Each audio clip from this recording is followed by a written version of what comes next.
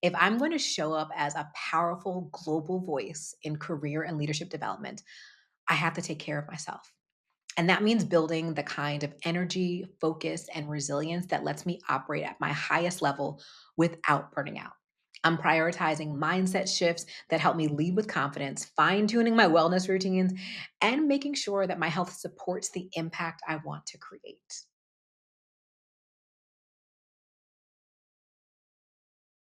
Welcome back to the Your Next Move podcast with me, your host, Kimberly Brown. Today is a very special episode, y'all. It is episode 100. I'm so excited and also just so proud of myself. And if you don't know a lot about podcasting from like the business side, let me just share a little bit of statistics. Like according to studies by Riverside FM, approximately 90% of podcasts don't release more than 3 episodes before discontinuing production. Of the remaining 10%, the other 90%, so 90% of the 10 that's left, stop around 20 episodes. This means that only 1% of podcasts publish more than 20 episodes in the lifetime of the show. And we're at episode 100. The very first episode of this podcast was released in early 2021, and I spent a small time recording using the voice notes app on my phone before I was introduced to a producer who really helped me take the show to the next level. And we started republishing all of the early episodes by March of 2021. And now it's 2025. So much has changed in my life personally and professionally. And I know it's time for a shift. It's time for a big shift. Transparently, I had an unsuccessful service launch in January that really helped me see that it's time to not only involve the content that I published online, like this podcast, but it's time that I allow myself the room to evolve internally and externally. So let me pause and explain. I have an analogy that I frequently use with my clients about outgrowing the professional box that they've created for themselves. And the same exact thing has happened to me. But since I've been working for myself, I didn't flag the feelings that I would have so easily identified if I was still working a 9 to 5 job. So let me tell you a little bit about this box analogy that I have that's about transformation. I tell all of my clients that they operate within a box, AKA their role within a company. When they first step into the box, it's like walking into a brand spanking new apartment where you upgraded from a 1 bedroom, 1 bath to a 2 bedroom, 2 bath with outdoor space. You are not only excited, but you feel like you have so much extra room. You know that feeling when you're walking around and you realize you need to head to the store. You need to pick out new candles, new picture frames, new furniture because the space feels empty, even though you brought a few things with you from your last place. However, after some time, if we bring this back to careers, generally 2 plus years, but also depending upon your seniority level. Because if the job you're in is difficult, it may take you 5 plus years to start feeling like this. But you start to feel tighter. That apartment that you moved into, that you had all that space, is filled up. You filled up the space the way that you would have a new, larger apartment or home in the workplace. On day one, you felt like you needed to buy more things to make the space feel less empty. And 2 years later, you feel like a hoarder and you need to immediately get into that Marie Kondo method to clear things out. When this happens in someone's career, you generally start to feel stuck. And that stuck feeling happens because not only have you mastered your current role, but you've outgrown it. You're seeking a new challenge or a new environment, but you're not quite sure what that looks like. You may also feel trapped because you've just been heads down, working hard, and not thinking about making any career moves. So the idea that you have to start over feels heavy. That brand spanking new apartment that was double the size you previously had no longer feels good. And I personally haven't been feeling good lately about my career and business for this exact reason. When I think about my career journey up until I left corporate America in May 2021, I had been working toward one solitary goal, and that was being able to build a thriving career and leadership focused business, period. From probably the year 2014 to 2021, a whole 7 years, I had invested in countless programs, coaches, digital programs to tailor my messaging, refine my company and my services, and upskill myself so I felt prepared and capable of being a full time entrepreneur and supporting my clients, both the corporation side and the individuals, in the best way possible.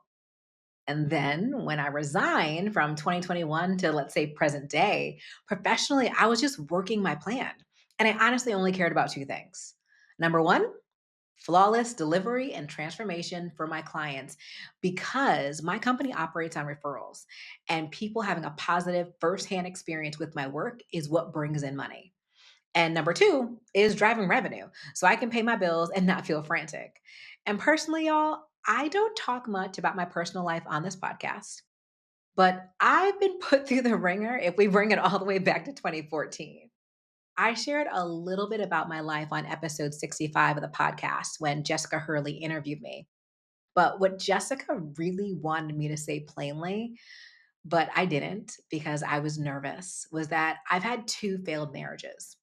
One when I was very young in my early to mid 20s, and another in my early 30s, which wreaked havoc on my confidence and my overall belief in myself. I also had brain surgery in May 2022 after battling a rare neurological disorder for nearly 3 years privately. Before surgery, I experienced daily extreme pain that was barely dulled by medications, and I was hiding it. I hit it so much that I honestly had a speaking engagement out of state the weekend before I had surgery, and still less than 10 people in my life knew what I was battling. And if I take it one step further than that, even the people who knew what was going on, they hadn't seen me to understand how the pain was changing me inside and out. I didn't let people see me. And the recovery from the surgery was absolutely brutal. If anyone in your life has had brain surgery and you've been a trusted person and they allowed you to help them, you know how hard it is. You literally wake up from surgery and your entire world is slowed down. You can't walk, you speak much slower, and cognitively, you don't function the same. It took me months to feel like myself. I remember the day I had surgery in May, and in August, I was able to rattle off a to do list to my assistant. And I remember she smiled, overwhelmed, but she looked back at me and she smiled and she was like, I feel like you're coming back. And it was such a journey. Years later, I honestly still have some residual issues that I deal with, but luckily not the pain levels I had experienced prior to surgery. I don't share a lot of these parts of my life because I don't believe in crying on the internet. I don't know about you, but when I see a video of someone crying on camera, I cringe and I just don't want that to be me. And also, I've been afraid of judgment and cancel culture. What would you say or think about me privately or publicly if you really knew more about me and my life? I decided a very long time ago that I would keep the ugly, imperfect, vulnerable parts of my life shielded from the public eye. You can't judge, hate, and cancel what you don't know. But as the years have gone by, I've started to feel stuck, trapped, and stifled. This perfect box, this beautiful apartment that I curated for the public eye to see started to get beat up. And not literally beat up because people knew about my life, but because it was beat up because I was spending so much time worrying about the what ifs. I was worrying about the worst case scenarios that I made up in my mind, and also magnifying the less than ideal experiences that did happen. Like the time I was on stage speaking in front of 200 plus women for a speaking engagement, and someone asked me who I was because they were confused that my book said Kimberly B. Cummings, but the name on my slides was Kimberly Brown. I still have a very I want to say visceral, like I'm not angry, but I'm still shocked that someone asked that question publicly. Or the time a single friend of mine joked that I better not be in another relationship again before they got the opportunity to be in a serious relationship.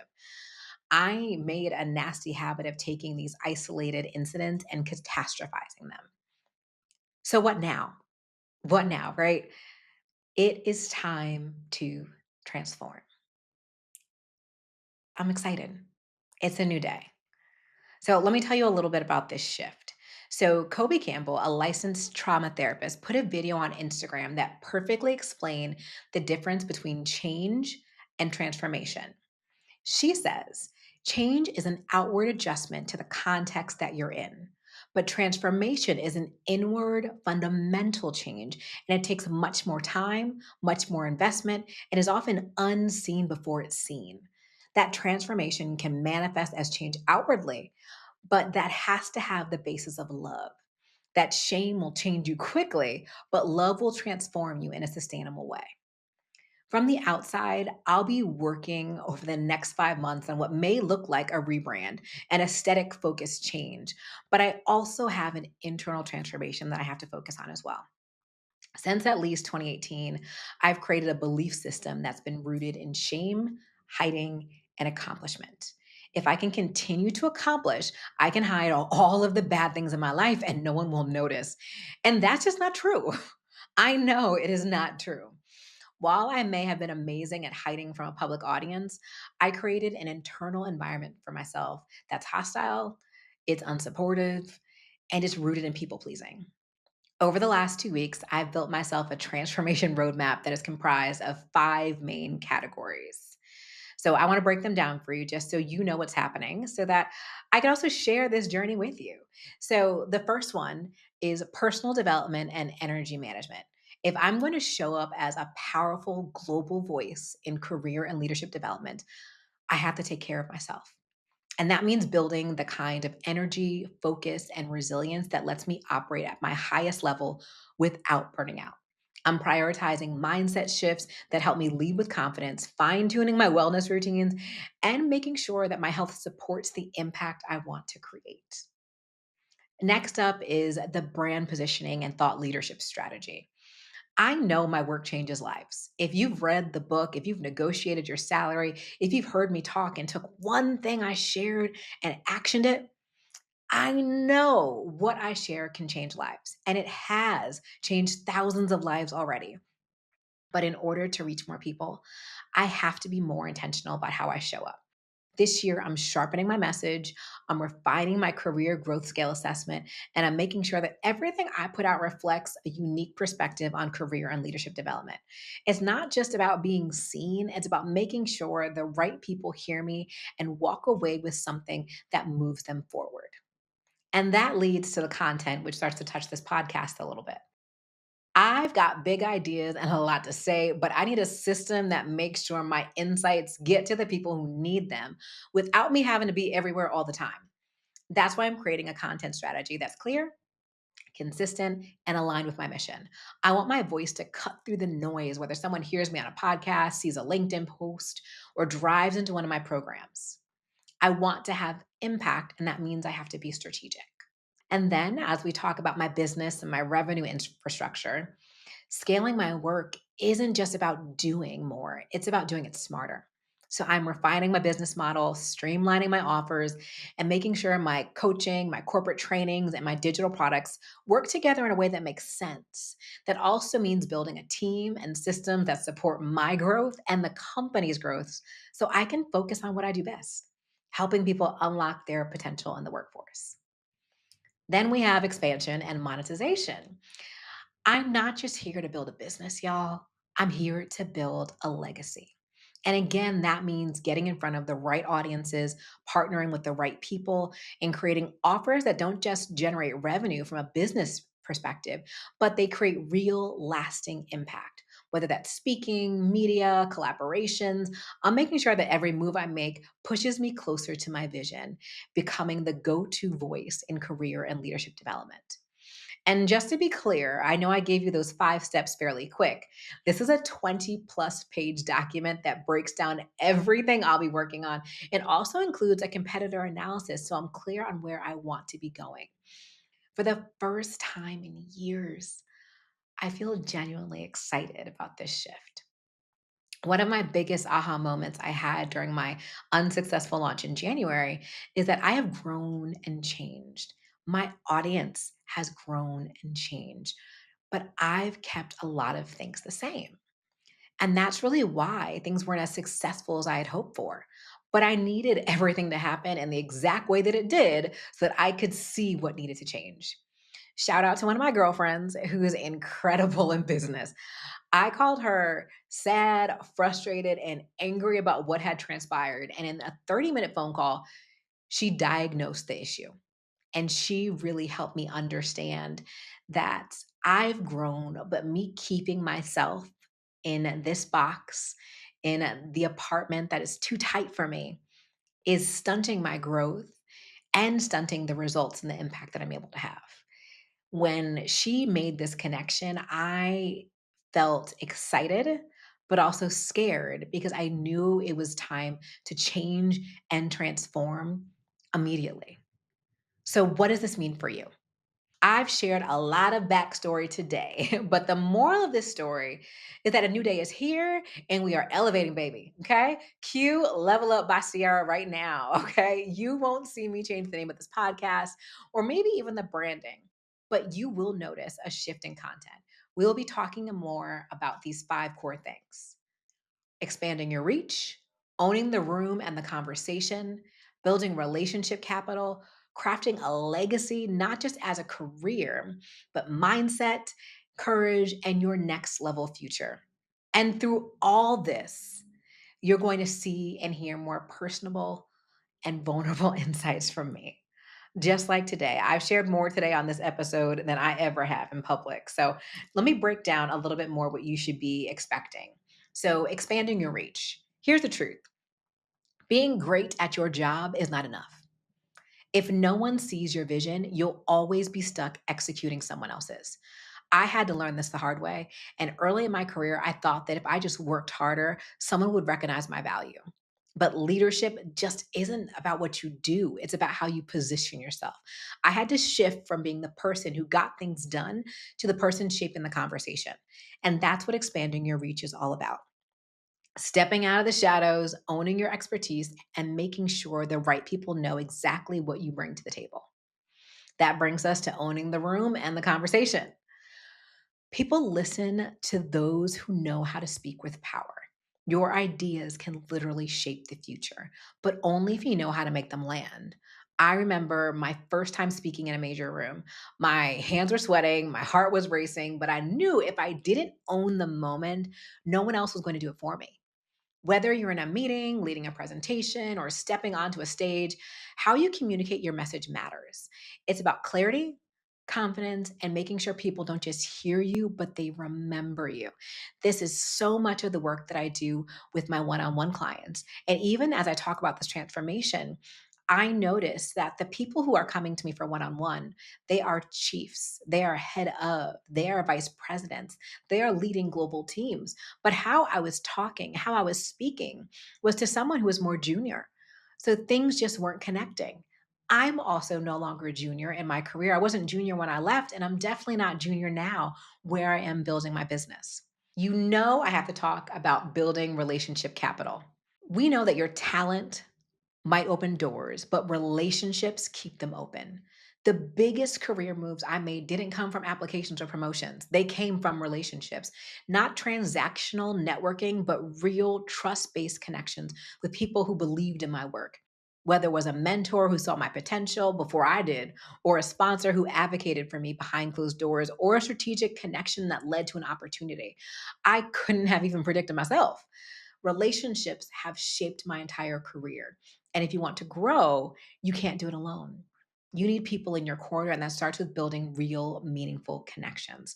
I've talked about relationships, the different types of relationships that you need, but we're going to talk about how to build, sustain, and deepen them moving forward, not just identifying the people who you need in your corner.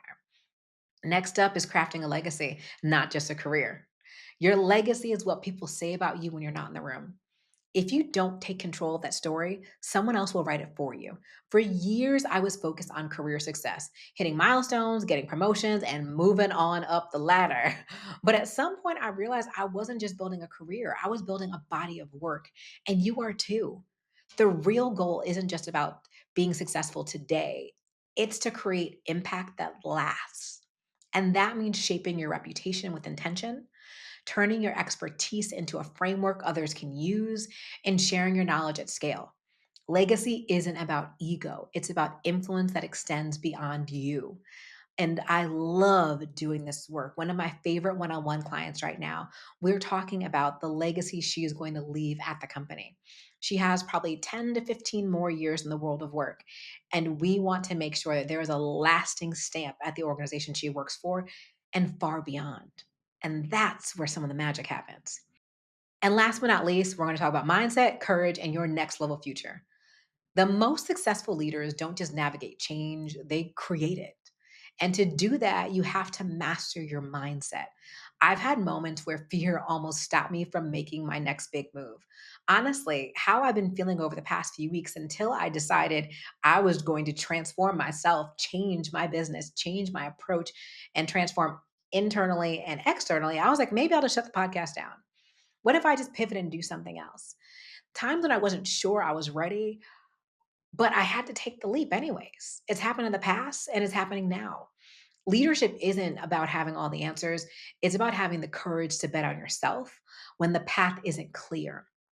Whether it's resilience and uncertainty, or stepping into rooms where you feel like the least experienced person, or learning to confidently take up space, your next level isn't about waiting for permission. It's about deciding to go after it. And again, I commit to sharing more of myself here with you as well. One of the biggest lessons I've learned over the past few years is that sharing allows me to show up fully. When I hide, conceal, avoid, I end up feeling stifled and out of alignment. And I may also share some entrepreneurial insights too, because I realize that many of my one on one clients are looking to leverage their industry knowledge to build a business with consulting or coaching too. I also left most entrepreneur content off of this podcast for a long time. But the reality is, I'm also an entrepreneur. So why not? And these content changes start immediately. Immediately. Because why not? I think one of the things I teach my clients is that confidence doesn't come from building a plan. Confidence comes from taking action. So therefore, I'm applying that to myself and I'm going to take action and bring y'all along on this transformation journey with me. Now for our new favorite segment, or my new favorite segment. I say our like there's people in here, but it is just me. Something I'm doing that works. I've started a 90-day somatic workout challenge. As someone who's suffered from chronic pain and holds in a lot of feelings and don't talk about it, I need to find a way to release.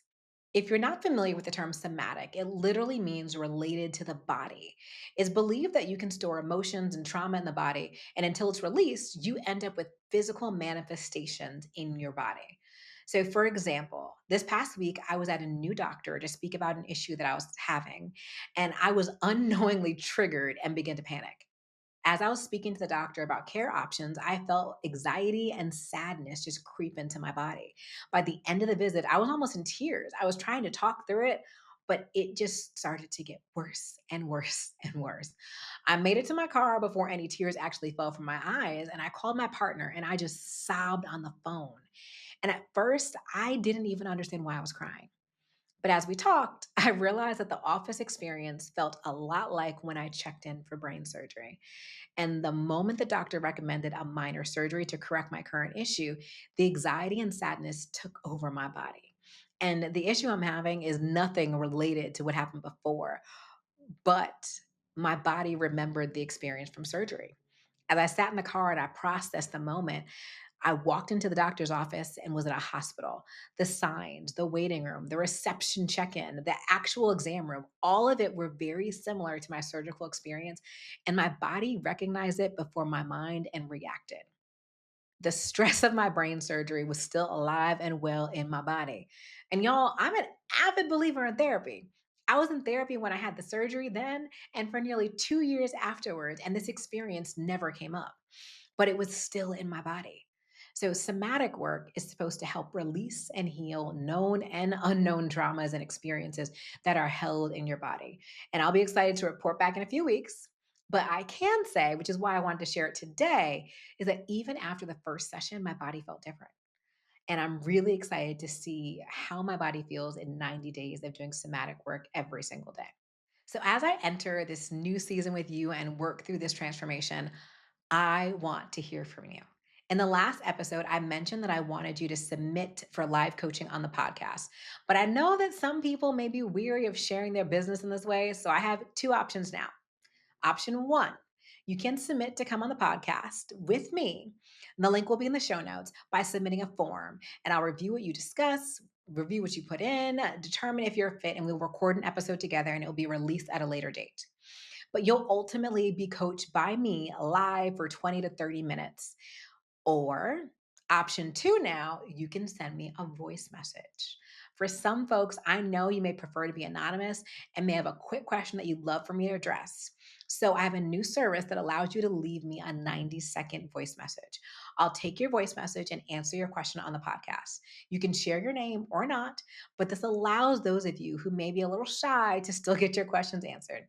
That link will also be in the show notes. Years ago, I had a bi-weekly column on New York Magazine's The Cut, and I loved answering reader questions. So I want to find a way to integrate that into the podcast. And if you'd like to get a sense of my coaching style, you can turn into episodes 67 and 80 to hear me coach two clients live on this podcast. I promise I'm gentle. I promise. Now, with that, I hope you're excited about this evolution of the podcast. This is a space where I can be creative and educational.